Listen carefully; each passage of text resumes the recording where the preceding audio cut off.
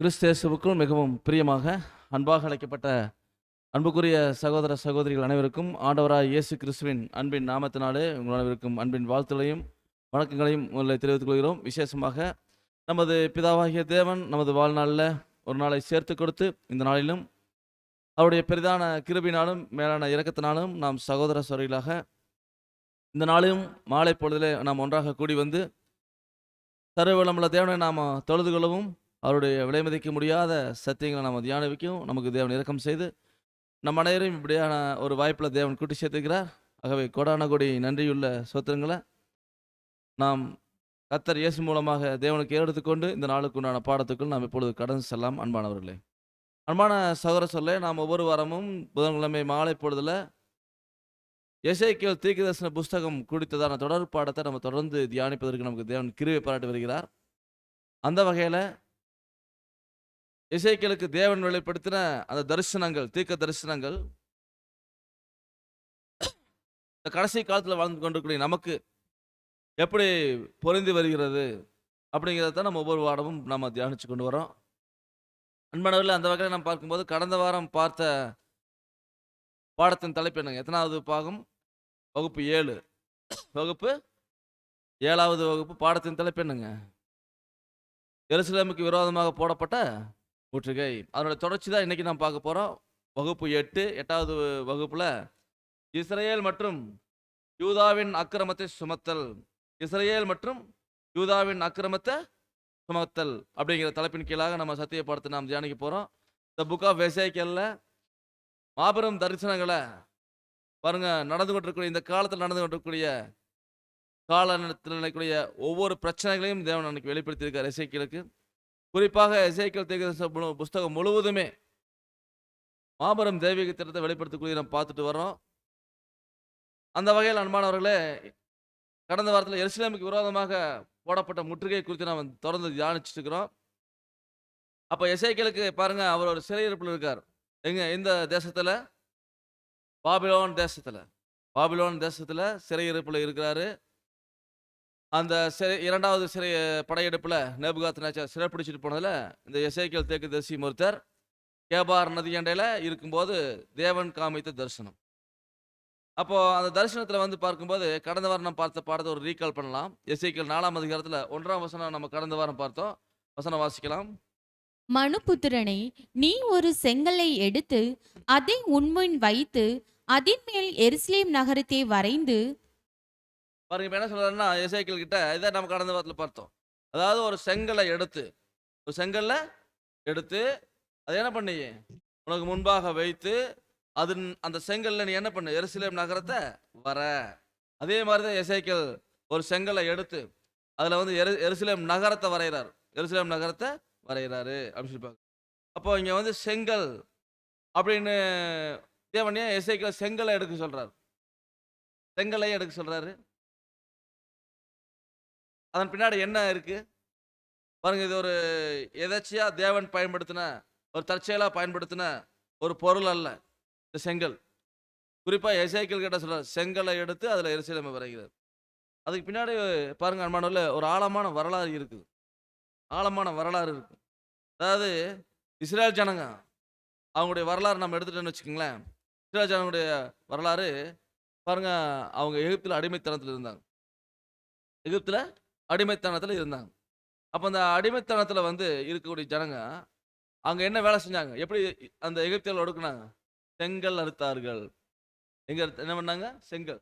அந்த செங்கல் அப்படிங்கிற வார்த்தையினுடைய எபிரேய வார்த்தை, தமிழில் செங்கல், எபிரேய வார்த்தை என்ன தெரியுங்களா? எபிரேய வார்த்தை அன்பாவில் பார்க்குறோம். அதாவது லேபனா. லேபனா தான் செங்கலுடைய எபிரேய வார்த்தை. அப்போ இது வந்து எதை அடையாளப்படுத்துதுன்னா, செங்கல் வந்து எகிப்தில் அடிமைத்தனத்தில் செங்கல் அறுத்தாங்க பாருங்க. அந்த செங்கல் அறுத்து எவ்வளோ பெரிய கொடுமையான கஷ்டமான வேலை.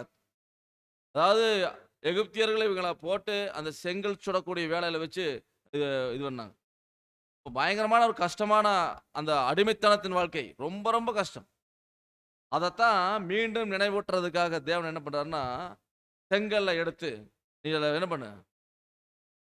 எருசலேம் நகரத்தை வரைங்கிறார். அப்போ பாபிலோனின் அடிமைத்தனம் பாருங்க, இஸ்ரேல் ஜனங்க எகிப்தினுடைய அடிமைத்தனத்திலிருந்து தேவன் காப்பாற்றி கொண்டு வந்து கானான் தேசத்தில் சேர்த்து அந்த தேச சுதந்திரத்தை கொடுத்து அங்கே அவர்களை ரொம்ப நாள் நல்லா வாழ வச்சிருந்தார். அவங்க மீண்டும் தேவனுக்கு விரோதமான காரியங்கள் செஞ்சதுனால மீண்டும் என்ன பண்றார், பாபிலோன் தேசத்துக்கு அவங்கள அனுப்பிவிட்டார். பாபிலோன் தேசத்தில் சிறையிருப்புக்கு போயிட்டாங்க. அப்போ அந்த சிறையிருப்புல வந்து இருக்கும்போது தேவன் அவங்களுக்கு என்ன நினைவூட்டுறாருன்னா, நீ மீண்டும் அந்த அடிமைத்தனத்துக்குள்ள வந்துட்ட, அதனால தான் செங்கல்லை எடுத்து என்ன பண்ணு, அதில் எருசலேம் நகரத்தை வர அப்படின்னாரு.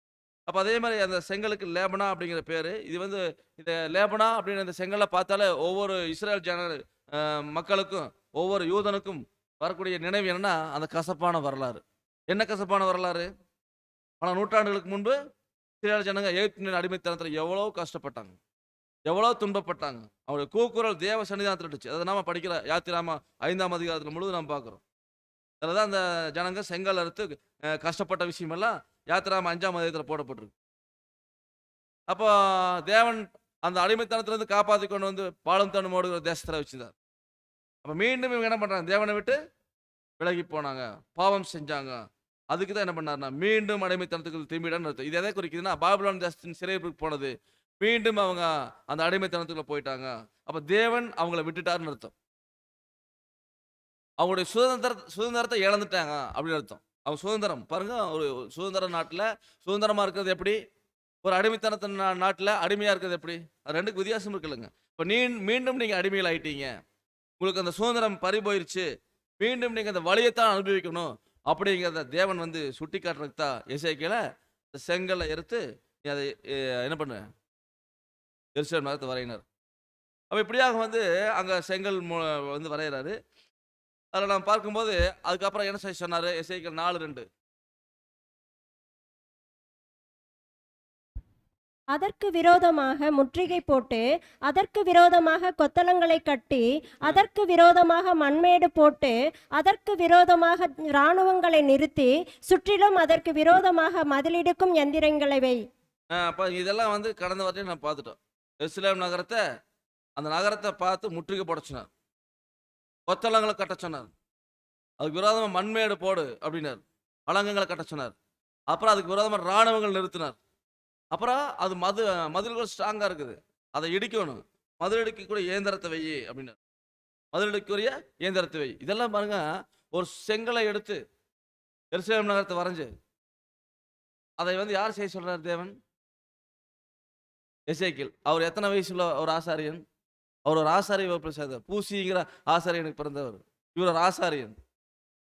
சின்ன குழந்தைங்க, அந்த 4 வயசு 5 வயசு குழந்தைங்க என்ன பண்ணுங்க, வீதியில் உட்காந்து மண்ணில் என்ன பண்ணுங்க, வீடு கட்டி, அந்த வீடு கட்டி அந்த குழந்தை விளையாண்டுருக்கு பார்த்தீங்களா, அந்த மாதிரி ஒரு 30 வயசான ஆசாரியன் ஒரு செங்கல் எடுத்து வச்சு அதில் வந்து அந்த எருசலேம் நகரத்தை வரைஞ்சு அதுக்கு எதிராக என்ன பண்ணுறாரு, கொத்தளம் கட்டுறதுன்னா பெருசாக கொத்தளம் கட்டினாருங்களா, சும்மா மண்ணில் எப்படி விளையாட்டு குழந்தைங்க வீடு கட்டி விளையாடுது அந்த மாதிரி இந்த ஆசாரியன் எசேக்கியேல் வந்து அந்த செங்கல்ல என்ன பண்ணுறாருன்னா அந்த வீதியில் உட்காந்து சிறு பிள்ளைகள் வீடு கட்டி விளையாடுற மாதிரி கொத்தளங்களை கட்டி மண்மேடு போட்டு அப்புறம் மதுரை இராணுவத்தில் நிறுத்துற மாதிரி பொம்மையா இராணுவ வீரர்களை செஞ்சு வச்சு அவர் இது பண்ணுறாரு. அப்போ பார்க்கறது எப்படி இருக்கு பாருங்க. இது ஒரு ஒரு ஒரு அந்த வழியா பெரியவங்க நடந்து போயிருப்பாங்க, இது எசேக்கியேல் பார்த்து என்ன சொல்லிட்டு போயிருப்பாங்க, நீங்கள் சொல்லுங்க. இந்த மாதிரி வேலை செஞ்சிருந்தா ஒரு செங்கல்ல எருசலேம் நகரத்தை வரைஞ்சி அது சுற்றிலும் கொத்தளம் கட்டி சின்ன சின்ன மண் மேடை அப்படியே போட்டு அப்புறம் மண் மேடெல்லாம் குவிச்சு அப்புறம் இராணுவ வீரர்கள் மாதிரி பொம்மையாக செஞ்சு இராணுவ வீரர்கள் சுற்றியில் நிற்க வச்சு அப்புறம் அந்த மதுரை எடுக்கிற இயந்திரம் அதை கொண்டு வந்து பொம்மை மாதிரி செஞ்சு அதை வச்சு செஞ்சுட்டு இருக்கும்போது அங்கே வழியில் போகிறவங்க என்ன சொல்லியிருப்பாங்க, எசேக்கியேலை பார்த்து 30 வயசான ஒரு நபரை இப்படி பண்ணிட்டு இருந்தா எப்படி இருக்கு, வரவனால என்ன பேசிட்டு போயிருப்பான், எவ்வளோ ஒரு அவமானம் இது, பைத்தியக்காரன்னு சொல்லிட்டு போயிருப்பாங்க இல்லைங்களா. அப்போ எசேக்கியேல் அதை பற்றி எல்லாம் கவலைப்படல, தேவன் என்ன சொன்னாரோ அதை தத்ரூபமாக செய்கிறார், தேவன் என்ன செய்ய சொன்னாரோ அதை வந்து தத்ரூபமாக செய்கிறார். அதே மாதிரி தான் நம்ம யாருங்க, எசேக்கியேல் தேவனுடைய மனுஷன், தேவனுடைய தீர்க்கதரிசி, தேவனுடைய ஊழியக்காரன். அதே மாதிரி நாமளும் யாருங்க, தேவனுடைய ஊழியக்காரங்க. நம்ம வந்து எப்படிப்பட்டவங்களா இருக்கணும், தேவ வார்த்தைக்கு அப்படியே கீழ்ப்படியணும். அவங்க என்ன சொல்லுவாங்க, இவங்க என்ன சொல்லுவாங்க, அவங்க பார்க்குறாங்க, இவங்க பார்க்குறாங்க அப்படின்னு நம்ம நினைக்கக்கூடாது. அதான் 1 கொரிந்தியர் 1:18 படிக்கிறோம். 1 கொரிந்தியர் 1ஆம் அதிகாரம் 18ஆம் வசனத்தில் படிக்கும்போது 1 கொரிந்தியர் 1ஆம் அதிகாரம் 18ஆம் வசனம், சிலுவையை பற்றிய உபதேசம் கெட்டு போகிறவர்களுக்கு பைத்தியமாய் இருக்கிறது, ம். ரட்சிக்கப்படுகிற நமக்கோ அது தேவ பலனாய் இருக்கிறது. பாருங்க, சிலுவை பற்றிய உபதேசம் எப்படி இருக்குதுங்களாமா? கெட்டு போறவர்களுக்கு அது எப்படி இருக்குதுங்க? பைத்தியமா இருக்குது. பாருங்க, அந்த எசேக்கியேல் அந்த பொம்மை செஞ்சு அந்த எருசலேம் நகரத்தை வரைஞ்சு அந்த கொத்தலங்கட்டி பொம்மை கொத்தலங்கட்டி ராணுவ வீரர்கள் எல்லாம் பொம்மையா செஞ்சு வச்சு இது பண்ணிட்டு இருக்கும்போது அது தேவனுடைய வார்த்தை. அதை எசேக்கியேல் செய்றாரு. அதை வந்து மற்றவங்க பார்க்கறதுக்கு எப்படி இருக்கும்? ஒரு பைத்தியகாரத்தனமா இருக்கும். அதே மாதிரி தான் நாமும் இங்கே சிலுவை எடுத்துட்டு போயிட்டு இருக்கிறோம். அப்போ நம்ம உலகம் வந்து எப்படி இருக்கிறோம்? பகைக்கும், பைத்தியகாரன்னு சொல்லி கேலி செய்யும். இதெல்லாம் வந்து நம்ம கவலைப்படக்கூடாது. எசேக்கியேல் அன்னைக்கு கவலைப்பட்டிருந்தாருன்னா அந்த வேலையை செஞ்சிருக்க முடியாது. அப்போ இன்னைக்கு நாம் வந்து தேவ பிள்ளைகள், தேவனுடைய கட்டளைகளை நாம் பின்வாங்காம செய்யணும் அப்படின்னு சொல்லி பார்க்குறோம். அப்போ பாபிலோனியர்கள் வந்து எருசலேமை அழித்தது ஏதோ தற்செயலாக நடந்ததில்லை. ஏன்னா இது தேவன் பிளான் பண்ணது. பாருங்க, எசேக்கியேலுக்கு தேவன் சொல்றாரு, நீ ஒரு என்ன பண்ண, இரும்பு சட்டி வாங்கி அதில் என்ன பண்ணு, உனக்கும் நகரத்துக்கும் நடுவாக இரும்பு சுவராக்கி என்ன பண்ணு, அது முற்றுகை கிடக்கும்படி உன் முகத்தை அதுக்கு நேராக திருப்பி அதை முற்றுகை போட்டு கொண்டுரு. இது இஸ்ரேல் வருஷத்துக்கு அடையாளம்ங்கிறார். அப்போ இது எதை அடையாளப்படுத்துதுன்னா, அதாவது ஒரு முற்றுகை அங்கே எருசலேம் நகரத்துக்கு போட சொல்றார். அப்போ அது எருசலேம் நகரத்தை முற்றுகை போடுறது எப்படி? முற்றுகை போட்டால் அந்த முற்றுகை போட்ட நாட்டுக்கு, அந்த நகரத்துக்கு ஆபத்து, அழிவு வந்துடும். ஆனால் அந்த அழிவு எசேக்கியேலை பாதிக்காது. அதுக்கு தான் என்ன பண்ணுறாரு, அந்த இரும்பு சட்டி வாங்கி இரும்பு சுவரை எழுப்பி அந்த எருசலேம் நகரத்துக்கும் எசேக்கியேலுக்கு நடுவாக இரும்பு சுவரை, தடுப்பு சுவரை எழுப்பி நீ என்ன பண்ண, அந்த முகத்துக்கு அந்த எருசலேம் நகரத்தையே பார்த்துட்டுரு அப்படின்னாங்க. எருசலேம் நகரத்தையே பார்த்துட்டுரு அப்படின்னு அர்த்தம். அப்போ எங்கேயுமே அது போக முடியாது, எங்கேயும் நவர முடியாது. முற்றுகை போட்டாச்சுன்னு சொல்லி பார்க்குறோம். அப்போ இது வந்து எதை குறிக்க சொல்லி பார்க்கும்போது, அதாவது எருசலேம் நகரம் முற்றுகை போடுறது, இஸ்ரேல் தேசம் முற்றுகை போடுறத பார்க்கும்போது அவனுடைய தலையெழுத்து பாபிலோனியரால் எழுதப்படுறதை குறிக்குது.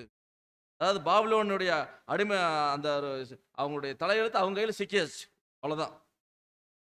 அவங்க ஒன்றும் பண்ண முடியாது, தப்பிக்கவே முடியாது அப்படிங்கிற மாதிரி இது அடையாளப்படுத்துகிறது.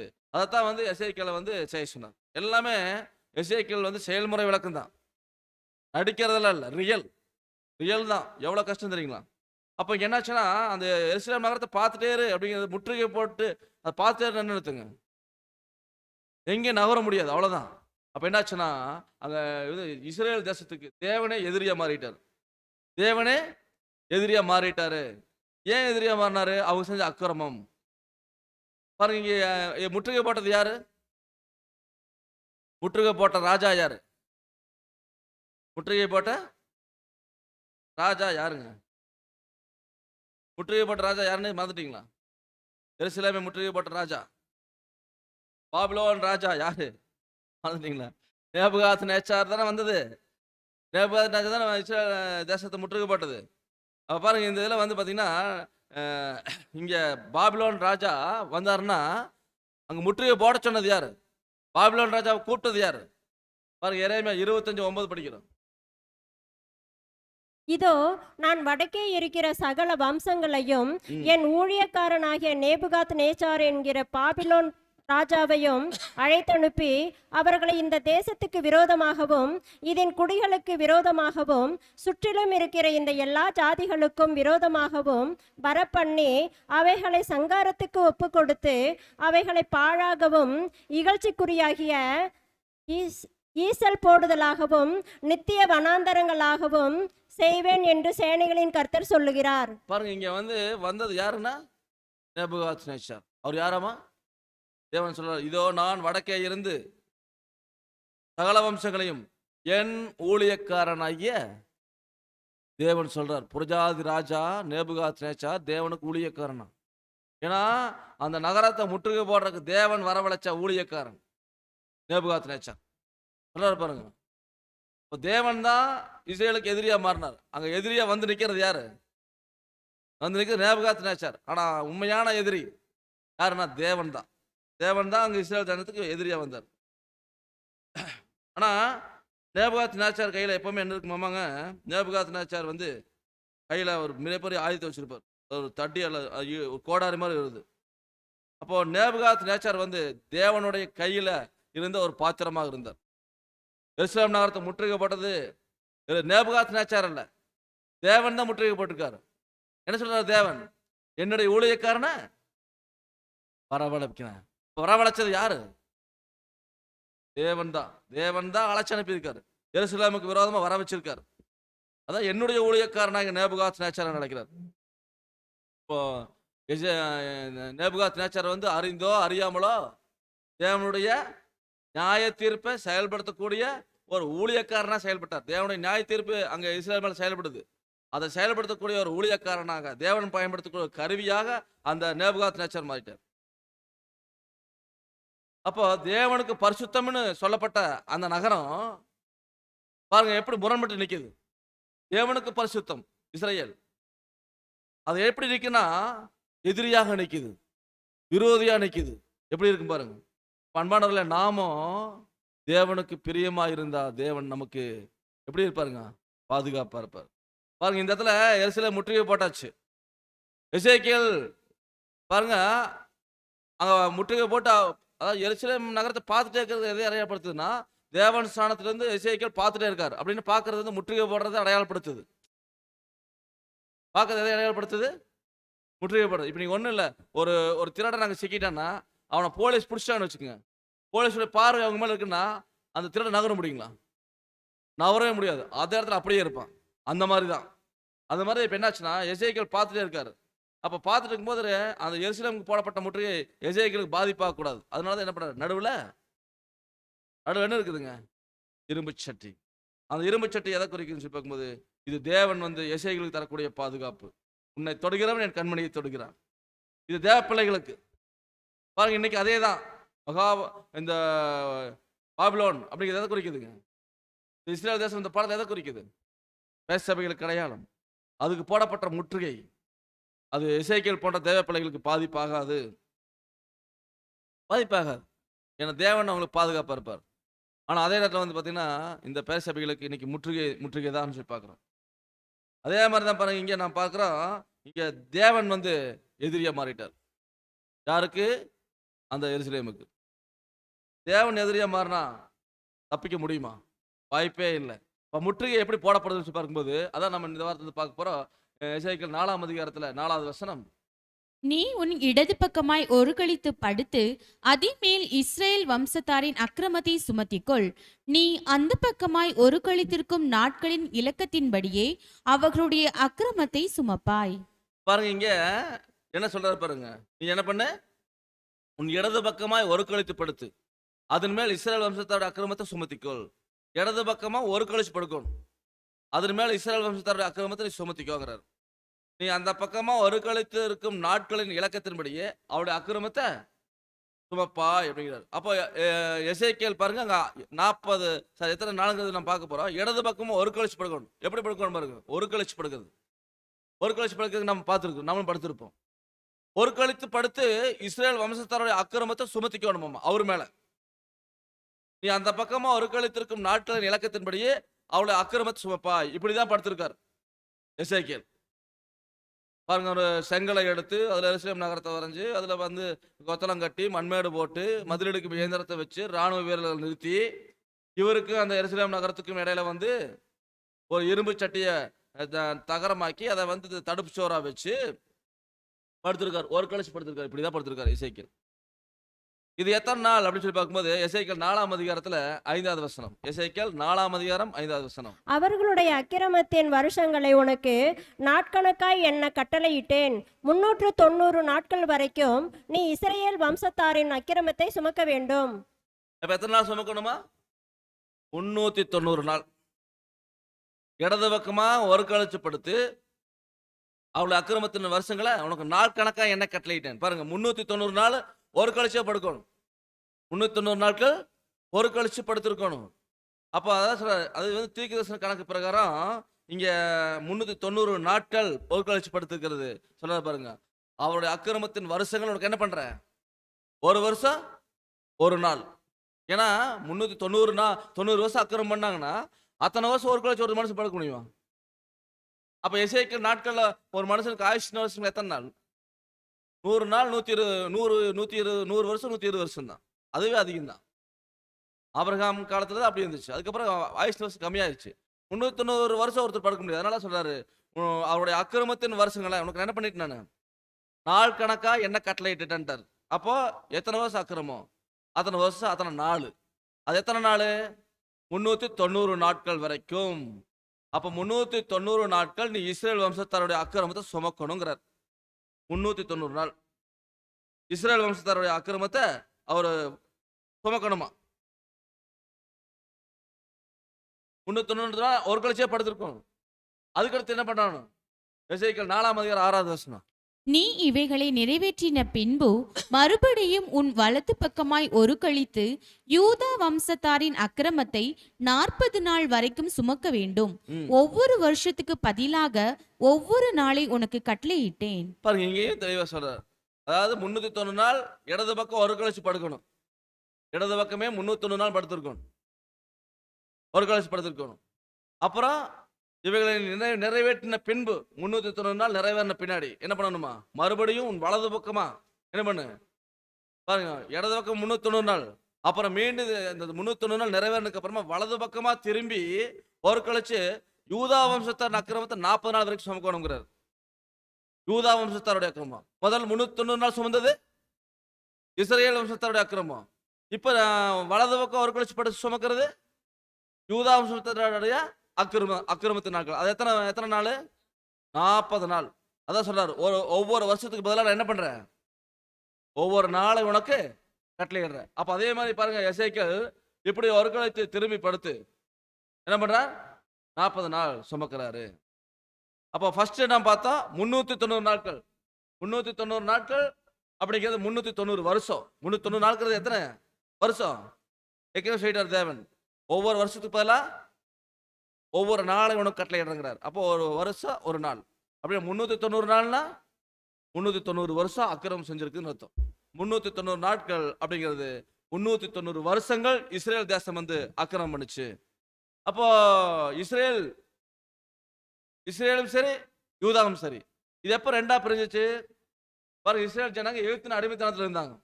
அவங்கள தேவன் வந்து வாக்குத்தத்தம் பண்ண அந்த கானான் தேசம், ஆபிரகாம் ஈசாக் யாக்கோப்புக்கு தேவன் வாக்குத்தத்தம் பண்ண அந்த கானான் தேசம் கொண்டு வந்து சேர்த்தினார். சேர்த்தி அவங்களுக்கு முதல் தேவன் கொடுத்தது நியாயாதிபதிகள் காலம் 450 வருஷம். முதல் நியாயாதிபதி யோசுவா. இப்படியே நிறைய நியாயாதிபதிகள் வர்றாங்க. கிதியோன், அப்புறம் ஜெப்தா, அப்புறம் சிம்சோன், பாராக்கு, தெபோரால், எவ்வளவு இதுக்கு வர்றாங்க நியாயாதிபதிகள். கடைசி நியாயாதிபதி யாரு? சாமியேல் தீர்க்கதரிசி. இப்படி யோசுவாவை துவங்கி சாமியேல் தீர்க்கதரிசிக்கு நியாயாதிபதிகள் காலம் 450 வருஷம். அப்புறம் இவங்க ஜனங்க என்ன பண்றாங்க? எங்களுக்கு ராஜா வேணும்னு கேட்குறாங்க. அப்போ தேவன் என்ன பண்றாரு? ராஜாக்களை கொடுக்குறாரு. பாருங்க, இஸ்ரேல் 12 கோத்திரத்தையும் ஒரே ராஜ்யமாக சமஸ்த ஜனங்களையும் இஸ்ரேல் ஜனங்களையும் ஆட்சி செஞ்சார். சவுல் 40 வருஷம் ஆட்சி செஞ்சார். அப்புறம் அவருக்கு அப்புறம் வந்தது யார்? தாவீது 40 வருஷம். அப்புறம் தாவீதுக்கு அப்புறம் யார் வந்ததுங்க? சாலமோன் 40 வருஷம். அப்போ ராஜாக்கள் காலம் ஸ்டார்ட் ஆயிடுச்சு. அப்புறம் சவுல், தாவீது, சாலமோன். இப்படி சாலமோன் காலத்துக்கு அப்புறமாக நாம் பார்த்தோம் ஏற்கனவே. சவுல் 40, தாவீது 40, சாலமோன் 40. அடுத்தது என்ன ஆகுதுன்னா, சாலமோன் செஞ்ச தப்பு பாவத்தின் நிமித்தமாக தேவன் என்ன பண்றார்? ராஜ்யத்தை ரெண்டா பிரிக்கிறார். 12 கோத்திரம் ஒரே ராஜ்யமா இருந்துச்சு. பெண்ணாகுதுன்னு சொல்லி பார்க்கும்போது 2 கோத்திரம் ஒரு ராஜ்யமா போகுது. 10 கோத்திரம் ஒரு ராஜ்யமா போகுது. இப்ப ரெண்டா பிரிஞ்சிருச்சு ராஜ்யம். ஒரே ராஜ்யமா இருந்துச்சு, இப்ப 2 ராஜ்யமா பிரிஞ்சிருச்சு. அந்த 10 கோத்திரம் தான் என்னாச்சுன்னு சொல்லி பார்க்கும்போது 10 கோத்திரம் 2 கோத்திரம். 10 கோத்திரம் ஒரு ராஜ்யம், 2 கோத்திரம் ஒரு ராஜ்யம். அந்த 2 கோத்திரம் யூதா கோத்திரம், பெஞ்சமின் கோத்திரம் தான் 2 கோத்திரம். அது ஒரு ராஜ்யம். 10 கோத்திரம் அவங்க தனிநாடு. புரிஞ்சுங்களா? அப்ப இதுக்கு தலைநகர் எதா இருந்துச்சுன்னா 10 கோத்திரத்துக்கு தலைநகர் வந்து சமாரியா, 2 கோத்திரத்துக்கு தலைநகர் வந்து எருசலேம். இது வந்து சாலமோன் காலத்து வரைக்கும் அப்படியே ஒரே ஒற்றுமையா தான் இருந்துச்சு. சாலமோனுக்கு அப்புறமா தான் பிரியுது. அப்ப சாலமோனுக்கு அப்புறமாக சாலமோனுடைய பையன், அவர் பேர் வந்து ரெகோபயாம். சாலமோனுடைய பையன் வந்து ரெகோபயாம். அவர் தான் 2 கோத்திரமாகிய யூதா பெஞ்சமின் கோத்திரத்தினுடைய அந்த ராஜ்யத்தினுடைய ராஜா, சாலமோனுடைய பையன். அப்ப சாலமோனுடைய படைத்தளபதி யெரொபெயாம் அவன் தான் வந்து சாலமோனுடைய பையன்கிட்ட சண்டை பிடிச்சு கலக்கம் பண்ணி ராஜ்யத்தை பிரிச்சுட்டு போனவன். சாலமோனுடைய தளபதி யெரொபெயாம். அப்ப அவன் 10 கோத்திரத்தை பிரிச்சுட்டு போய் அதுக்கு என்ன பேர் வச்சானா, இஸ்ரேல் ராஜ்யம்னு பேர் வச்சான். இஸ்ரேல் ராஜ்யம். அதே மாதிரி சாலமோனுடைய பையன் ரெகோபெயாம் கிட்ட இருந்த ராஜ்யம் வந்து யூதா ராஜ்யம். இந்த யூதா ராஜ்யத்தில் எத்தனை கோத்திரம் மட்டும் இருக்குதுங்க? 2 தான். யூதா கோத்திரமும் பெஞ்சமின் கோத்திரமும். அப்ப மிச்சம் அந்த ரூபன், சிமியோன் இதெல்லாமே அதுல வருது. 10 கோத்திரத்துல வருது. இஸ்ரேல் ராஜ்யத்துல வருது. இப்படியாக வந்து 2 ஒரே தேசமா இருந்துச்சு. அப்ப என்னாச்சுன்னா இங்க 10 கோத்திரம் தனியா 2 கோத்திரம் தனியா பிரிஞ்சு இஸ்ரேல் தேசம் 2ஆ பிரிஞ்சிருச்சுன்னு பாக்குறோம். அப்போ இங்க நம்ம பாக்குறோம், இதுல 10 கோத்திரம் யார் பிரிச்சுட்டு போனது? யெரொபெயாம் பிரிச்சுட்டு போனான். அவன் தான் சாலமோனுடைய படைத்தளபதி. அவன் செஞ்ச தப்பு என்ன? இஸ்ரேல் ஜனங்களை கண்ணுக்குட்டி செஞ்சு வச்சு வணங்க வச்சான். இந்த கண்ணுக்குட்டி எகிப்துல வணங்கிட்டு இருந்த தெய்வம், அதைத்தான் வணங்க வச்சான். பாருங்க என்ன பண்றான் பாருங்க. 1 ராஜாக்கள் 12ஆம் அதிகாரத்துல 26ஆவது வசனம். 1 ராஜாக்கள் 12:26. யெரொபெயாம் இப்பொழுது ராஜ்யபாரம் தாவீது வம்சமாய் திரும்புகிறதா இருக்கும். இப்போ யெரொபெயாம் என்ன பண்றாருன்னா, அதாவது இவர் 10 கோத்திரத்தை பிடிச்சிட்டு வந்து தனி ராஜ்யமாக்கிட்டார். இவர் ராஜாவாயிட்டார். சாலமோனுடைய படைத்தளபதியா இருந்தாரு, இப்ப ராஜாவாயிட்டார். அதுவும் மெஜாரிட்டி 10 கோத்திரத்துக்கு ராஜா. அப்போ இவர் யோசிக்கிறார். ஏன்னா இஸ்ரேல் ஜனங்களுடைய ஒரு மிக பெரிய நம்பிக்கை என்னன்னா, அவங்க சாலமோன் கட்டிய தேவாலயத்துல போய் என்ன பண்ணுவாங்கன்னா பலி செலுத்தணும், தேவனை தொழுது கொள்ளணும். அதுக்கு எருசலேமுக்கு போயே ஆவாங்க. அப்ப இந்த யெரொபெயாம் வந்து யோசிக்கிறான், நம்ம வந்து பிரிச்சுட்டு வந்துட்டோம். எருசலேம் தான் கேபிட்டல், தலைநகரம். இது எல்லாம் தாவீது காலம், சவுல் காலம், சாலமோன் காலம் எல்லாத்துலயும் எருசலேம் கேபிட்டலா இருந்துச்சு. இப்ப அந்த கேபிட்டல் தலைநகரம் வந்து யாருகிட்ட இருக்குது? யூதா ராஜ்யத்தில் இருக்குது. யூதா ராஜ்யம் தான் அந்த எருசலேம் கேபிட்டலா இருக்குது. இப்ப அந்த எருசலேம் நகரத்துல தான் தேவாலயம் இருக்குது. இந்த 10 கோத்திரத்தை பிரிச்சுட்டு வந்து அவன் தனியா ராஜாவாய் தனி தேசமாய் இருக்கும்போது இந்த ஜனங்க எருசலேமுக்கு போறேன்னு சொல்லுவாங்களே, என்ன பண்ணலாம் யோசிக்கிறான். ஜனங்களை போகாம தடுக்கிறதுக்கு என்ன பண்றது? அதனால சொல்றாரு பாருங்க 1 ராஜாக்கள் புத்தகத்துல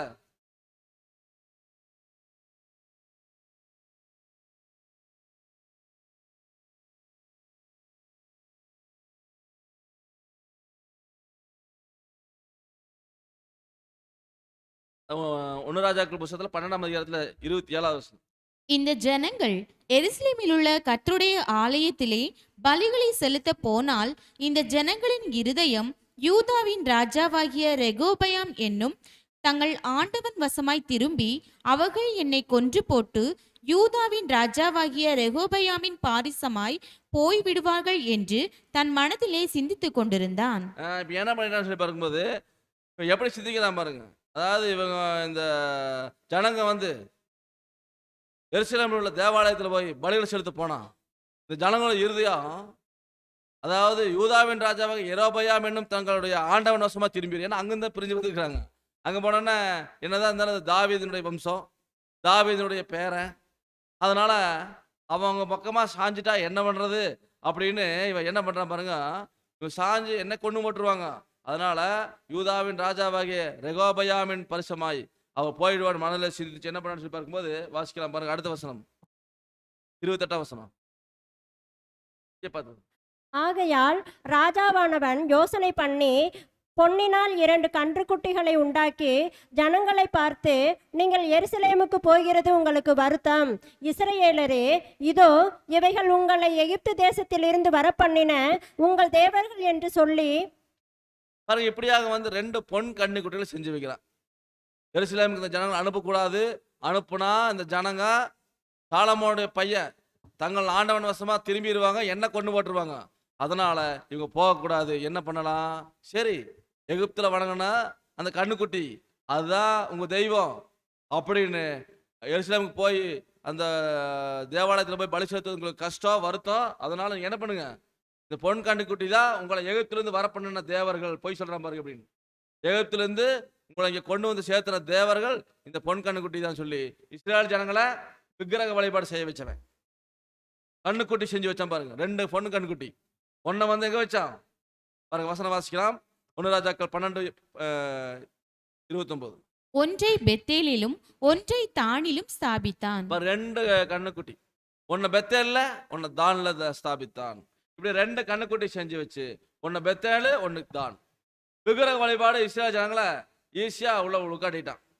பாருங்க, இந்த பெத்தேல்ல ஒன்று தான்ல ஒன்று வச்சான்னு சொல்லி பார்க்கும்போது, ஏன்னு சொல்லி இந்த வரைபடத்தில் பார்த்தீங்கன்னா, அவன் இந்த இஸ்ரேல் தேசத்தினுடைய எல்லையில பாருங்க, மேல் எல்லை வந்து தான், கீழ் எல்லை தான் வந்து பார்த்தீங்கன்னா பெத்து. 2 இடத்துல கண்ணுக்குட்டி செஞ்சு வச்சு, ஏன்னா அந்த ஜனங்க வந்து அங்கங்க இருக்கிறவங்க அங்கங்க எது பக்கமோ அங்க அவங்க கண்ணுக்குட்டி வணங்கிக்கலாம். அப்படி செஞ்சுட்டான். எருசலேம் வரைக்கும் போறது வந்து ரொம்ப கஷ்டம், வேண்டாம் அப்படின்னு இந்த ஜனங்களை வந்து கண்ணுக்குட்டி செஞ்சு வச்சு வணங்க வச்சுட்டான் அப்படின்னு சொல்லி பார்க்குறோம். இது வந்து இஸ்ரேல் ஜனங்க பண்ண அக்கிரமம். ஏன்னா தேவனை, உண்மையான தேவனை வணங்குறத விட்டு போட்டு கண்ணுக்குட்டி செஞ்சு வச்சு வணங்க வச்சது இது தப்பா இல்லைங்களா? தப்பு தான், இது மிகப்பெரிய தப்பு. அப்போ இதனால என்ன பண்ணாருன்னா, தேவனுடைய கோபம் வந்து அவர் மேலே வந்துச்சு. அப்போ தேவன் வந்து அவரை விட்டு அநேகர் வணங்கக்கூடாதுன்னு சொல்லியிருக்காரு. சமஸ்த ஜனங்களும் அப்படித்தான் வாழ்ந்தாங்க. ஆனால் இவங்க என்ன ஆயிட்டாங்கன்னா, இங்கே என்ன ஆயிட்டாங்க, அந்த யெரொபெயாம் பேச்சை கேட்டு அவங்க விக்கிரக வழிபாட்டுக்குள்ள போயிட்டாங்க. விக்கிரக வழிபாடு போயிட்டாங்க. அப்போ இது வந்து பாருங்க, தேவனுக்கு விரோதமான பாவம், அக்கிரமம். இஸ்ரேல் பண்ணுனா அக்கிரமம், இஸ்ரேல் ராஜ்யம் பண்ணுனா அக்கிரமம். அப்போ இந்த ஜனங்கள் வந்து பண்ண காரியங்கள் தேவனுக்கு விரோதமான காரியங்கள் சொல்லுவாங்க. இது ஒரே ராஜ்யமா மாறி பின்னாட்கள்ல சொல்ற பாருங்க, எசேக்கியேல் 37ஆம் அதிகாரத்தில் 22ஆம் வசனம்.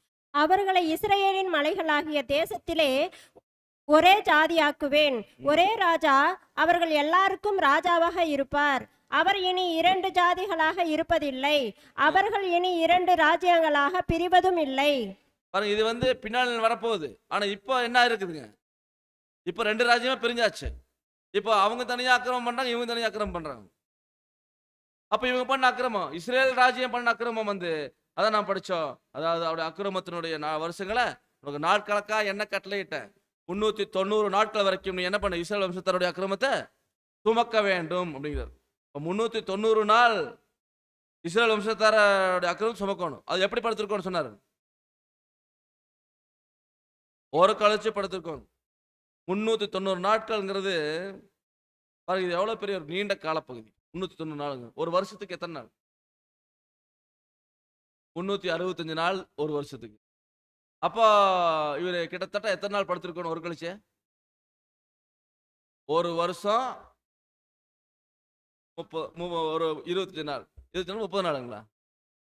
365 நாள் ஒரு வருஷம். அப்போ 25 நாள் படுத்திருக்கணும். 390 நாட்கள் அப்படியே இஸ்ரேல் வம்சத்தார் அக்கிரமத்தை சுமந்து படுத்திருக்கோன்னு சொல்லி பார்க்கணும். ஏன் 390 நாட்கள் படுக்க சொன்னாரு? அவன் 390 வருஷங்கள் அக்கிரமம் பண்ணாங்க. அப்போ கிட்டத்தட்ட ஒரு தேவனுடைய தீர்க்கதரிசி ஒரு 13 மாசம், அப்போ எடுத்துக்கலாம்ல, ஒரு வருஷம் 12 மாசம். அப்போ இது 12 மாசம் தாண்டி ஒரு 25 நாள் அப்படிங்கும்போது ஒரு 13வது மாசம் எடுத்துக்கலாம். 13 மாசம் ஒரே நிலையில ஒரு கழிச்சு படுத்திருக்கிறதுங்கிறது ரொம்ப ஈஸியான காரியமா கஷ்டமான காரியமா? 390 நாள் ஒரே நிலையில படுத்திருக்கிறது எவ்வளவு கஷ்டம். ஒரு கழிச்சு படுத்திருக்கணும். இது சாதாரண காரியமா?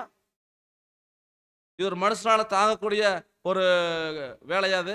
ஒரு மனுஷன் செய்யக்கூடிய வேலைங்களா? அதுவும் கயிறால அப்படி கட்டிடுவாங்க. கயிறால கட்டி 390 நாள் ஒரு கழிச்சு ஒரே நிலையில் படுத்திருக்கணும். எவ்வளவு கஷ்டம். அப்போ தேவன் வந்து எசேக்கியேலை சாதாரணமா படுக்க சொல்ல, எப்படி படுக்க சொல்றாரு? தெளிவா சொல்றாரு, துல்லியமா சொல்றாரு, இடது பக்கமாய். அப்போ இடது பக்கமா ஒரு கழிச்சு படுத்துக்க சொல்றாரு. அப்போ எப்படி இருக்குங்க? அவருடைய வலது கையை வந்து தெற்கு திசையை நோக்கி, இடது கையை வடக்கு திசையை குறிக்குங்கிறார். ஒருவர் வந்து, அதாவது பண்டைய காலங்களில் மக்கள் திசையில கணக்கிடும் போது உதிக்கும் சூரியனை நோக்கி நிற்பதை வழக்கமாக கொண்டிருந்தாங்க.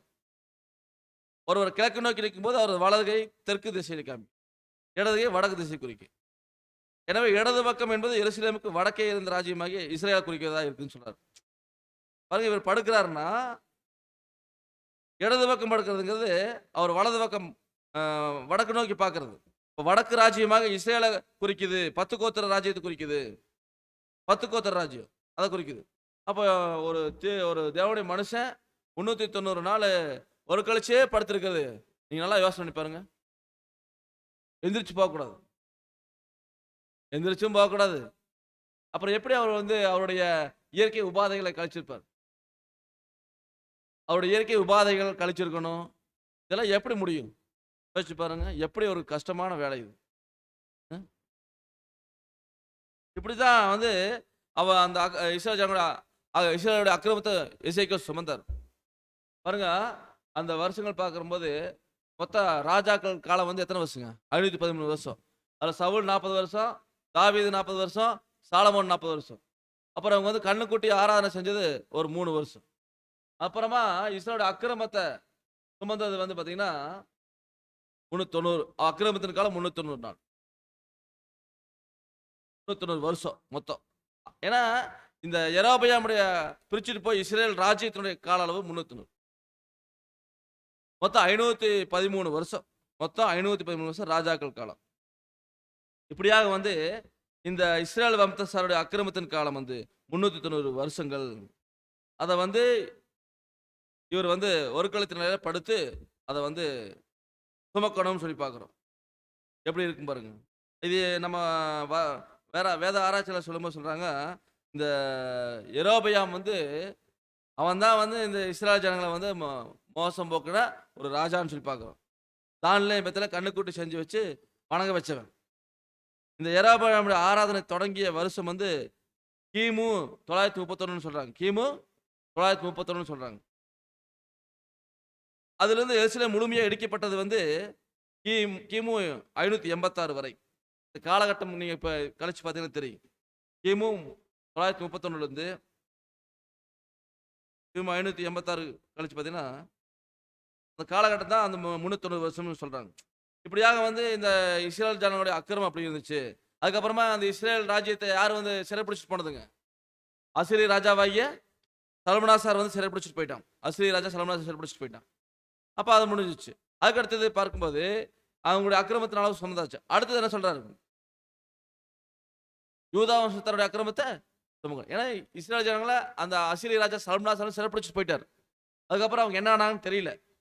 அப்புறம் அந்த தேசத்தில் யார் இருக்கிறது? யூதா ராஜ்யத்தில் இருக்கக்கூடிய யூதா கோத்திரத்தார், பெஞ்சமின் கோத்திரத்தார் இருக்கிறாங்க. அங்க யூதா ராஜாவாக இருந்தது யாரு அப்படின்னு பார்க்கும்போது பாருங்க, யோசியா ராஜா. 2 ராஜாக்கள் 22ஆம் அதிகாரம் 1ஆம் வசனம். யோசியா ராஜாவாகிற போது 8 வயதாயிருந்து 31 வருஷம் எருசலேமில் அரசாண்டான். போஸ்காத் ஊரானாகிய அதாயாவின் குமாரத்தியான அவன் தாயின் பேர் எதித்தாள். பாருங்க, யோசியா ராஜாவாகிறார். யோசியா ராஜாவாயி அவருடைய ராஜ்ய பாரதி நீங்க பார்க்கலாம். யோசியா ராஜா வந்து ரொம்ப அருமையான ராஜா. யோசியா எத்தனை வயசுல ராஜாவானாருங்க? 8 வயசு. 8 வயசு பையன்.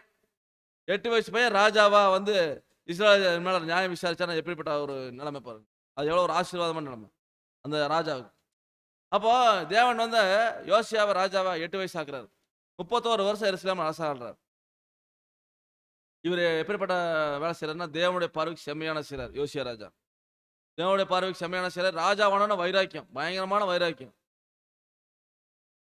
அப்போ இந்த யோசியா ராஜா அவங்க அப்பா வந்து பாத்தீங்கன்னா தேவனுக்கு விரோதமான காரியத்தை செஞ்சார். ஆனா இவர் வந்து தேவனுக்கு பிரியமா நடந்தார். அவரு தேவனுடைய ஆலயத்தை பழுது பார்க்கிறார், சுத்தம் பண்றார். அதான் 2 ராஜாக்கள் புத்தகத்துல 22ஆம் அதிகாரத்துல 13ஆம் வசனம் வாசிக்கணும். கண்டெடுக்கப்பட்ட இந்த புஸ்தகத்தின் வார்த்தைகளின் நிமித்தம் நீங்கள் போய் எனக்காகவும் ஜனத்திற்காகவும் யூதா வனத்திற்காகவும் கர்த்தரிடத்தில் விசாரியுங்கள். நமக்காக எழுதியிருக்கிற எல்லாவற்றின்படியேயும் செய்ய நம்முடைய பிதாக்கள் இந்த புஸ்தகத்தின் வார்த்தைகளுக்கு செவி கொடாதபடியினால் நம்மேல் பற்றி எறிந்த கர்த்தருடைய உக்கிரம் பெரியது என்றான். பாருங்க, இந்த ராஜா யோசியா ராஜாவோட அப்பா வந்து ரொம்ப மோசமான ராஜா. யூதா ராஜா தான், ஆமோன். ஆனா அவருக்கு பிறந்த யோசியா வந்து தேவன் மேல ஒரு வைராக்கியம், செம்மையான செய்யறாரு. தேவனுடைய ஆலயத்தை வந்து சுத்தம் பண்ணணும்னு நினைக்கிறார் பாருங்க. அந்த தேவனுடைய ஆலயத்தை கெடுத்து போட்டார் அவங்க அப்பா.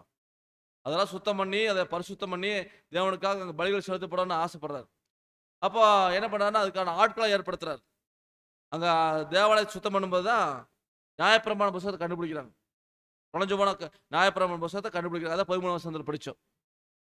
நியாயப்பிரமாண புஸ்தகத்தை அதாவது அப்போது பிரதான ஆசாரியனாகிய இல்கியா, சம்பிரதாய சாப்பான் எல்லாம் வந்து நியாயப்பிரமாண புஸ்தகத்தை கண்டுபிடிச்சேன்னு சொல்லி அதை கொண்டு வராங்க. அதை ராஜா கிட்ட கொண்டு வந்து கொடுக்கும்போது அதை வாசிக்கிறாங்க.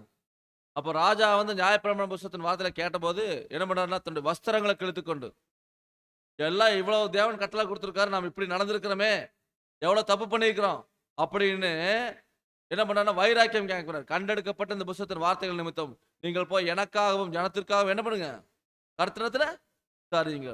பாருங்க என்ன என்ன சொல்றாரு பாருங்க ராஜா, நமக்காக எழுதியிருக்கிற எல்லாவற்றின்படியையும் செய்ய நம்முடைய பிதாக்கள் இந்த புஸ்தகத்தின் வார்த்தைகளுக்கு செவிகொடாதபடியினால. பாருங்க யோசியா ராஜாவுடைய மனசு பாருங்க. அந்த நியாயப்பிரமாண புஸ்தகத்தின் வார்த்தைகளுக்கு நம்ம முன்னோர்கள் செவி கொடுக்காம போயிட்டாங்க. இது நமக்காக எழுதப்பட்ட வார்த்தை தான். நமக்கு கையில் இருக்கிற நியாயப்பிரமாணம், தேவன் கொடுத்த பரிசுத்த வேதாகமம், நியாயப்பிரமாண புஸ்தகம். இன்னைக்கு பாருங்க யோசியா போல நாமளும் வைராக்கியமா இருக்கணும். இது நமக்காக கொடுக்கப்பட்டது, இது நமக்காக தேவன் கொடுத்தது. இதன் பிரகாரம் செஞ்சா நித்திய ஜீவன் பெற்றுக்கொள்ளலாம், ஆசீர்வாதத்தை பெற்றுக்கொள்ளலாம். ஆனால் இதன் பிரகாரம் செய்ய முடிய மாட்டேங்குது. இதன் பிரகாரம் வாழ முடிய மாட்டேங்குது. எவ்வளவு சப்ஜெக்ட் படிக்கிறோம் கேட்கிறோம், ஆனா வாழ முடியுதுன்னா வாழ முடியுது இல்லை நம்மளால. ஆனா யோசியார் அதை கேட்டனா சட்டையெல்லாம் கிழிச்சுக்கிறார், வஸ்திரத்தை கிழித்துக்கொண்டு இருதயம் குத்தப்பட்டவராக. அப்போ வசனத்தை நம்ம கேட்கறோம்னா இருதயம் குத்தப்படணும், இருதயத்தில் அதை வச்சு கிரியை செய்யணும். சும்மா ஏனாதானா நம்ம கேட்டு உலக பிரகாரமாக பேச எழுதிட்டு போலாமே, இங்க வரணும் அவசியம் இல்லையே. பாருங்க யோசியாவோட வார்த்தைகளை நாம் பார்க்கிறோம், நமக்காக எழுதியிருக்கிற எல்லாவற்றின்படியும் செய்ய. அப்போ இந்த வார்த்தைகள் ஒவ்வொன்றும் தேவனுடைய வார்த்தைகள். இது யாருக்காக எழுதப்பட்டதுன்னா தேவ பிள்ளைகளுக்காக எழுதப்பட்டது. அதான் யோசியா சொல்றாரு, நமக்காக எழுதப்பட்ட இந்த வார்த்தைகள் பிரகாரம் செய்யறதுக்கு நம்ம முன்னோர்கள் செவி கொடாது போயிட்டாங்க. அப்போ தேவனுடைய வார்த்தைகள் செவி கொடுக்கல என்ன நடக்கும் அன்பானவர்களே? இது நமக்கு எச்சரிப்பின் பாடம். தேவனுடைய வார்த்தைகள் நமக்கு தான் கொடுக்குறாரு. அந்த வார்த்தைகளை கேட்டா நமக்கு ஆசீர்வாதம், கேட்கலன்னா என்ன சொல்லுங்க? வார்த்தை எவ்வளவு வார்த்தைகள் நம்ம சப்ஜெக்ட் கேட்டிருக்கிறோம். நம்ம உடன்படிக்கை தேவனோட செஞ்சதுல இருந்து இன்னைக்கு வரைக்கும் எத்தனை கொள்ள வார்த்தைகள் நம்ம கேட்டிருக்கிறோம். அந்த வார்த்தைகளை நாம் கேட்டு அதை கேட்ட கிரியை செஞ்சிருக்கிறோமா? உலகத்தினாவி நம்மளை விட்டு போயிருக்கா? அந்த பேசபினாவி நம்ம விட்டு போயிருக்குதா? போகலையே. அப்படி போகலைனா என்ன ஆகும்னா அதான் சொல்றாரு, அந்த புஸ்தகத்தின் வார்த்தைகளுக்கு செவி கொடாதபடினா நம் முன்னோர்கள் செவி கொடுக்கல. அதனால என்னாச்சு? நம்மேல் பற்றி எறிந்த கர்த்தருடைய உக்கிரம் பெரியது சொல்றான் பாரு ராஜா. கர்த்தருடைய உக்கிரம் நம்ம மேல பற்றி எரிஞ்சிச்சு. அப்ப அன்பான சகோதர சொல்ல, தேவனுடைய வார்த்தைகள் நமக்கு தான் கொடுத்திருக்காரு. அதை கேட்டு நடந்தா ஆசீர்வாதம். நம்ம ஏற்கனவே சகரியா கண்ட பறந்து போற புத்தக சூழல் பார்த்தோம். அந்த பறந்து போற புத்தக சூழல் வந்து அப்படியே பறந்து போயிட்டே இருக்குது. அது எங்க வந்து தங்குது? எங்க வந்து தங்குச்சுங்க? திருடனுடைய வீட்டுல தங்குச்சு. இன்னொரு சொல்லுது, திருடனுடைய வீட்லயும் தங்குது, அப்புறம் பொய்யான இடைவெளி வீட்லயும் வந்து தங்குது. இது பூமி எங்கும் புறப்பட்டு போகிற சாபம்னு பார்க்கணும். அது என்னன்னா தேவனுடைய பரந்துவார் புத்தகத்துங்கிறது இந்த பரிசுத்த வேதம் தான். இது திருடனுடைய வீடு. திருடனா இருந்தா அது அவனுக்கு ஆபத்து, பொய்யான இட்டா அவனுக்கு ஆபத்து. பொய்யான இடம் நான் நம்ம ஜீவபலியா ஒப்புக்கொடுக்கிற வந்துட்டு தேவனுக்கு பிரியமா வாழுவேன்னு சொல்லி வந்துட்டு இங்க வந்து இந்த பரிசுத்தமான இடத்துல நின்று, பரிசுத்தமான இடம் நாம் நினைக்கிற இந்த ஒரு அழைப்பினுடைய இடம், நாம் நினைக்கக்கூடிய இந்த இடம், இங்க நின்றுட்டு நாம் உலக பிரகாரமான காரியங்களை செஞ்சோம்னா அதான் சொல்றாரு, பற்றி எரிகிற கர்த்தருடைய உக்கிரம். அவன் பற்றி எரியும். எரியாது நினைக்கிறீங்களா? எரியும். இதோட வார்த்தையில கேள்விப்படலைன்னா இதெல்லாம் எச்சரிப்பு திஷ்டாந்தங்கள் அவர்களுக்கு நடந்துச்சு. உலகத்தின் முடிவு காலத்தில் நமக்கு இது எச்சரிப்பு உண்டாகும்படி எழுதப்பட்டிருக்கு அன்பானவர்களே. அப்ப எச்சரிப்பு உண்டாகிறதுக்கு நமக்கு எழுதப்பட்டிருக்குன்னா அதை கேட்டு எச்சரிப்படையணும். அதான் சொல்றாரு யோசியா, நமக்காக எழுதியிருக்கிற எல்லாவற்றின்படியையும் செய்ய நம்முடைய பிதாக்கள் இந்த புத்தகத்தின் வார்த்தைகளை செவிகொடாது போனபடியினால நம்மேல் பற்றி இருந்த கர்த்தருடைய உக்கிரம். உக்கிரம் தெரியுங்களா? அவருடைய உக்கிர கோபம் தெரியுது. சொல்றாரு பாருங்க 2 ராஜாக்கள் புத்தகத்துல 22ஆம் அதிகாரம் 17ஆம் வசனம். அவர்கள் என்னை விட்டு தங்கள் கைகளின் கிரியைகள் எல்லாவற்றிலும் எனக்கு கோபம் உண்டாக வேறே தேவர்களுக்கு தூபம் காட்டினபடியினால் என் உக்கிரமம் இந்த ஸ்தலத்தின் மேல் பற்றி எரியும், அது அவிந்து போவது இல்லை என்று கர்த்தர் சொல்கிறார் என்று சொல்லுங்கள். பாருங்க, இப்படியாக வந்து தேவன் சொல்றார், என்னை விட்டு தங்கள் கைகளின் கிரைகள் எல்லாவற்றிலும் எனக்கு கோபம் உண்டாக்க வேற தேவர்களை தூபம் காட்டுட்டீங்க. இஸ்ரவேல் அன்னைக்கு தூபம் காட்டினாங்க. வேறே தேவர்கள் விக்கிரகங்களுக்கு தூபம் காட்டினாங்க. அப்ப பாருங்க, இன்னைக்கு பேசவேல விக்கிரகம் போல நிறைய வச்சிருக்கிறாங்க. இன்னைக்கு ரோமன் கத்தோலிக்க சபையில விக்கிரகத்தை வணங்கிட்டே இருக்கிறாங்க. அதே மாதிரி பேசவேல எல்லா புரொட்டஸ்டன்ட் அமைப்புலையும் விக்கிரகத்தை வணங்கிட்டு இருக்கிறாங்க. அந்த விக்கிரகத்தை வழிபாட்டுல இருந்தெல்லாம் தான் அவளை விட்டு வெளியே வான்னு வந்தவங்க யாரு? அவளை விட்டு வெளியே வந்தவங்க யாரு? நாம தான் வெளியே வந்தோம்.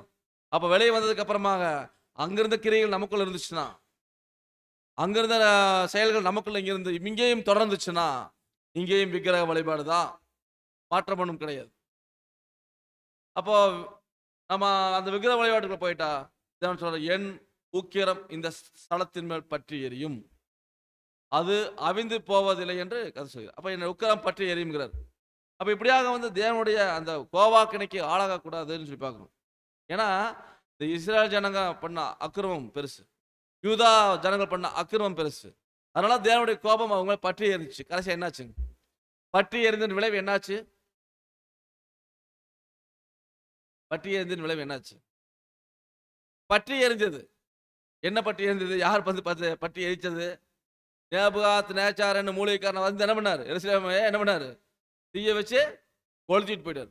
போச்சா? அப்ப இப்படியாக இங்க தேவனுடைய வார்த்தைகளுக்கு நம்ம கேட்கணும். அப்ப தேவனுடைய வழிகளின் பிரகாரம் நம்ம நடக்கணும்னு சொல்லி பார்க்கணும். யோசியா ராஜா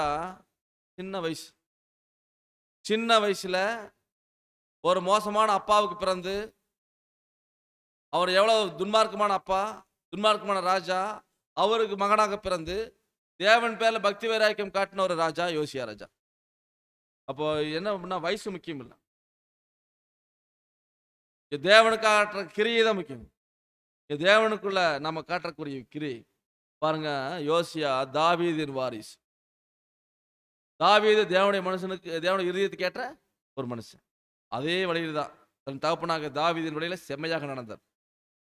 இப்போ நியாயப்பிரமாண புத்தகத்தை கண்டுபிடிச்சு எடுத்து அதன் பிரகாரம் என்ன பண்ற, வாழணும்னு முடிவு பண்றாரு. அது பிரகாரம் வாழ்ந்து காமிச்சார். இப்படியாக பார்த்தீங்கன்னா இவருடைய காலங்கள் முழுவதும் அருமையா போச்சு. அதுக்கப்புறம் இவருடைய ஸ்தானத்துல ராஜாவானது யாருங்க? இவர் மறிச்சு போனதுக்கு அப்புறமாக இவர் ஸ்தானத்தில் ராஜாவானது யாருங்க? யோயாக்கீம், இவருடைய மகன். எரேமியா 1ஆம் அதிகாரத்தில் 1ஆம் வசனம் வாசிக்கலாம். பென்யமீன் தேசத்திலுள்ள ஆனகோத் ஊரில் இருந்த ஆசாரியர்களில் ஒருவனாகிய இல்கியாவின் குமாரன் எரேமியாவினுடைய வசனங்கள். இந்த எரேமியா தீர்க்கதரிசி இந்த யூதா ராஜா காலத்துல, யோசியாவின் ராஜா நாட்கள்ல இஸ்ரேலை எச்சரித்த ஒரு தீர்க்கதரிசி, யூதா ராஜ்யத்தை எச்சரித்த ஒரு தீர்க்கதரிசி எரேமியா தீர்க்கதரிசி. பெஞ்சமீன் தேசத்தில் உள்ள ஆனதோத் ஊரில் இருந்த ஆசாரியர்கள் ஒருவனாகிய இல்கியாவின் குமாரனாகிய எரேமியா, இவரும் ஆசாரியன் தான். அப்போ ஆசாரியின் குமாரன் தான் இந்த எரேமியா. அப்போ அந்த எரேமியா தேவனுடைய வார்த்தையை சொல்லி அங்கே எச்சரிப்பு கொடுத்தார். தேவனுடைய வார்த்தையை சொல்லி எச்சரிப்பு கொடுத்தார். அப்போ எரேமியா எருசலேம் அழிக்கப்படுவதற்கு முன்பதாக தேவன் எரேமியா அனுப்புறார். எங்க அனுப்புறாருங்க? எருசலேம் தேசத்தை அழிக்கப்படுறதுக்கு முன்னாடி, நேபுகாத் நேச்சார் வர்றதுக்கு முன்னாடி அந்த தேசத்துக்கு எரேமியா தீர்க்கதரிசி தேவன் அனுப்புறார். அப்போ எரேமியா தீர்க்கதரிசி தன் ஊழியத்தை தொடங்கிய வருஷம் பார்க்கும்போது கிமு 627. கிமு 627. அதுக்கப்புறமா பார்க்கும்போது நம்ம படிக்கிற யோசியான் நாட்களுக்கு அப்புறமா அவன் பையன் யோயாக்கீம் வர்றார். யோயாக்கீம் அவர் 18 வருஷம் ஆட்சி செய்கிறார். எத்தனை வருஷம் ஆட்சி செஞ்சாருங்க பாருங்க. 2 ராஜாக்கள் 24ஆம் அதிகாரத்தில் 23ஆம் அதிகாரத்திலே படிக்கலாம். 36ஆம் வசனம் படிச்சீங்கன்னா தெரியும். 2 ராஜாக்கள் 23ஆம் அதிகாரம் 36ஆம் வசனம். யோயாக்கீம் ராஜாவாகிற போது 25 வயதாயிருந்து 11 வருஷம் எருசலேமில் அரசாண்டான். ரூமா ஊரானாகிய பெதாயாமின் குமாரத்தியாகிய அவன். இப்போ யோயாக்கீம் ராஜாவாகிறார். யோயாக்கீம் பாத்தீங்கன்னா யோசியாவின் குமாரனாகிய எலியாக்கீமை அவன் தகப்பனாக யோசியாவின் ஸ்தானத்தை ராஜாவாக வைத்து அவன் பேரை யோயாக்கீம்னு மாத்தி வச்சாங்க. நல்லா புரிஞ்சுக்கலாம். யோசியா ராஜாவுடைய குமாரன் தான் எலியாக்கீம். எலியாக்கீம் தான் பேரை மாத்துறாங்க யோயாக்கீம்னு. எலியாக்கீம் என்னன்னு பேர் மாத்துறாங்க? யோயாக்கீம்னு பேரை மாத்தி யோசியா ராஜாவின் ஸ்தானத்துல இவர் ராஜாவா வரார், யோயாக்கீம் ராஜாவா வரார். அவரு எப்படி நடக்கிறாரு? அவங்க அப்பா மாதிரி நல்லா நடந்தாரா? வசனம் வாசிக்கலாம். 17ஆம் வசனம், 37ஆம் வசனம், 37ஆம் வசனம், அதுலயும் 37. அவன் தன் பிதாக்கள் செய்தபடியெல்லாம் கர்த்தரின் பார்வைக்கு பொல்லாப்பானதை செய்தான். கர்த்தர் பார்வைக்கு என்ன பண்றான்? பொல்லாப்பான செய்யறான். பாருங்க, பொல்லாப்பான செஞ்சாங்க, தேவனுக்கு விரோதமா பாவம் செய்யறான். அப்ப இவனுடைய ஆட்சி காலம் 18 வருஷம். அப்புறமா அவனுடைய ஸ்தானத்துல வந்தது யாருன்னு சொல்லி பார்க்கும்போது, அடுத்தது வந்து பார்க்கும்போது அவன் யோயாக்கீன் வரார். யோயாக்கீன் வரார். அவன் அவருடைய ஸ்தானத்துல அவனுக்கு அப்புறமாக யோயாக்கீமினுடைய நாட்கள் முடிஞ்சதுக்கு அப்புறமா யோயாக்கீம் தன் பிதாக்களோட நித்திரையானது பின் அவன் குமாரனாகிய யோயாக்கீம் வந்து அப்பா அவர் இறந்ததுக்கு அப்புறமா அவர் ஸ்தானத்துல யார் ராஜா வர்றது? யோயாக்கீம். அவன் வந்து பாத்தீங்கன்னா ராஜாவானான். யோயாக்கீன் ராஜாவாகிற போது 18 வயசு. எருசலேம்ல 3 மாதம் அரசாண்டான் அப்படின்னு சொல்லி பார்க்கணும். அவனும் கர்த்தருடைய பார்வைக்கு பொல்லாப்பானதை செஞ்சான். 3 மாசம் தான் அரசாண்டான். அதுக்கப்புறமா வந்து சித்தேக்கியா ராஜா வரார். சித்தேக்கியா ராஜா வரார். யாரு? சித்தேக்கியா வந்து யோசியாவோட பையன். சித்தேக்கியா வந்து யோசியாவோட பையன். அவர் ராஜாவாகிறார். அப்ப அவரு ராஜாவாகி அவர் 11 வருஷம் ஆட்சி செய்றார். அதுக்கப்புறமா கிமு பாருங்க, அவரு அதுக்கப்புறம் கிமு 606ல நேபுகாத் நேச்சார். அவருடைய காலம் 11 வருஷம். மொத்தம் 40 வருஷம். மொத்தம் 40 வருஷம் அங்க வந்து அவருடைய அக்கிரமம். இந்த காலமெல்லாம் அவங்க அக்கிரமம் செஞ்ச காலங்கள், அக்கிரமம் செஞ்ச வருஷங்கள். இந்த யூதாவுடைய அக்கிரமத்தை சுமக்கணும். 40 வருட கால அக்கிரமத்தை குறிக்குது. பாருங்க, தேவன் வந்து இந்த 390 வருஷமும் தேவன் பொறுமையா தான் இருந்தார். 390 வருஷம் பொறுமையா இருக்கிறார். அப்போ தேவனுடைய பொறுமையை பாருங்க, ரொம்ப பொறுத்து பார்க்கிறார். இவங்க வந்து திருந்தவே இல்லைன்னு சொல்லி பார்க்கிறோம். அப்ப கடைசியாக வந்து பார்க்கும்போது அவர்களுக்குரிய ஒரு தண்டனையை கொடுக்கிறார். பொறுமை எல்லாம் மீறிச்சு. 390 வருஷங்கள் பொறுமையா அந்த தேவன் பாருங்க அவர் தண்டனை கொடுக்கிறார். ஆனா இந்த இஸ்ரேல் ஜனம், இந்த யூதா ராஜ்யத்தினுடைய அக்கிரமம் வந்து 40 வருஷம் தான். 40 வருஷம் தான் அவங்க வந்து மனம் திரும்பாம தேவனுக்கு விரோதமான காரியங்கள் துன்மார்க்கமா நடந்தது. அதனால அவர்களுக்கு ஒரு தண்டனை கொடுத்தாருன்னு சொல்லி பார்க்கணும். நேபுகாத் நேச்சார் வரவழைச்சார். இப்படியாக வந்து இந்த ஒரு நேபுகாத் நேச்சாரால முற்றுகை போடப்பட்டு அந்த எருசலேம் அழிக்கப்பட்டுச்சு அப்படின்னு சொல்லி பார்க்கணும். அப்போ இந்த ஒரு தரிசனத்துல பாருங்க, மொத்தம் வந்து இஸ்ரேல் வம்சத்தினுடைய இஸ்ரேல் ராஜ்யத்தினுடைய அக்கிரமத்தை எத்தனை நாள் சுமந்தாரு? 390 நாள். எத்தனை? இடது பக்கமா ஒரு கழுத்து படுத்து, இடது பக்கமா ஒரு கழுத்து படுத்து 390 நாள் அக்கிரமம். அப்புறம் வலது பக்கமா ஒரு கழுத்து படுத்து 40 நாள். மொத்தம் எத்தனை நாளுங்க அவரு? மொத்தம் பாருங்க, லெஃப்ட் சைடில் 390 நாள், ரைட் சைடில் 40 நாள். அப்போ மொத்தம் எத்தனைங்க? 430 வருஷம் ஒரு மனுஷன் ஒரு கழுத்தையே படுக்க முடியுமா? பாருங்க, இதெல்லாம் தான் கஷ்டமான காரியமா இருக்கு. எசேக்கியேல் வந்து எவ்வளவு துன்பப்பட்டிருப்பார். எசேக்கியேல் தீர்க்கதரிசி தேவனுடைய செயல்முறை விளக்கத்துல என்ன பண்ணாருங்க? அவரு செயல்முறை அவர் வாழ்க்கையில வாழ்ந்து காமிச்சு அந்த தேவனுடைய வார்த்தைகளை நிறைவேற்றுறார். அதான் ரொம்ப முக்கியம். எவ்வளவு கஷ்டப்பட்டிருப்பார் யோசனை பண்ணி பாருங்க. 390 நாள் ஒரு கழுத்தையே ஒரே நிலையில படுக்கிறது. அப்புறம் இடது பக்கம் 390 நாள், வலது பக்கம் 40 நாள். அப்படியே 430 நாட்கள் படுத்திருக்கிறதுங்கிறது எவ்வளவு ஒரு கடினமான காரியம். கிட்டத்தட்ட ஒரு 15 மாசங்கள். எத்தனை மாசங்கள்? 15 மாசம் படுத்திருக்கார் இசைக்கிறதுக்கு. தேவனுடைய வார்த்தையை நிறைவேற்றுறதுக்கு எவ்வளவு தன்னை அர்ப்பணிப்பு செலுத்துறார் பாருங்களேன். எந்த அளவுக்கு தன்னை அர்ப்பணிக்கிறார். தேவனுடைய வார்த்தைக்கு எந்த அளவுக்கு முக்கியத்துவம் கொடுக்குறார். அதே போலதான் இங்க மனுபுத்திரனே கூப்பிடுறார். யாரை கூப்பிடுறாரு? எசேக்கியேலை கூப்பிடுறாரு. அதே மனுபுத்திரன் யாருன்னா நாம தான். எசேக்கியேலுக்கு இருந்த வைராக்கியம், எசேக்கியேலுக்கு இருந்த அந்த தேவன் வார்த்தை மேல இருக்கக்கூடிய அந்த பக்தி வைராக்கியம், அந்த பயபக்தி நமக்குள்ள இருக்கணும். அதை நம்ம இந்த பாடத்துல படிக்க வேண்டியது. எவ்வளவு கஷ்டமான காரியம். அதுவும் இந்த 390 நாள் படுத்திருந்தாரு, 40 நாள் படுத்திருந்தாரு, மொத்தம் 430 நாள் படுத்திருந்தாருங்கிறது கயிறால கட்டப்பட்டு ஒரே நிலையில படுக்கிறது எவ்வளவு கஷ்டம். என்ன சாப்பிட்டுருப்பாரு? சாப்பிட்டுருக்க மாட்டாரா? சாப்பிடணும். ஏன்னா மனசு உயிர் வாழணும்னா சாப்பிடணும். சாப்பிட்டார். தண்ணி குடிச்சிருப்பாரா? குடிச்சிருக்க மாட்டாரா? குடிச்சிருப்பார். தண்ணி குடிக்கிறதுக்கு எந்திரிச்சு போயிருப்பாரா? இயற்கை உபாதை கலைஞருக்கு எந்திரிச்சு போயிருப்பாரா? சாப்பாடு யார் செஞ்சு கொடுத்தாங்க? இதெல்லாம் அடுத்த வாரம். எசேக்கியேல் அந்த அக்கிரமத்தை சுமத்ததல்ல. அடுத்த வாரம் இதெல்லாம் என்ன நடந்துச்சு அப்படிங்கிறத நம்ம பார்க்கலாம். பொறுமையோடு கேட்ட தேவன் தாமே ஆசீர்வதித்து வழிநடத்துவாராக. ஆமென்.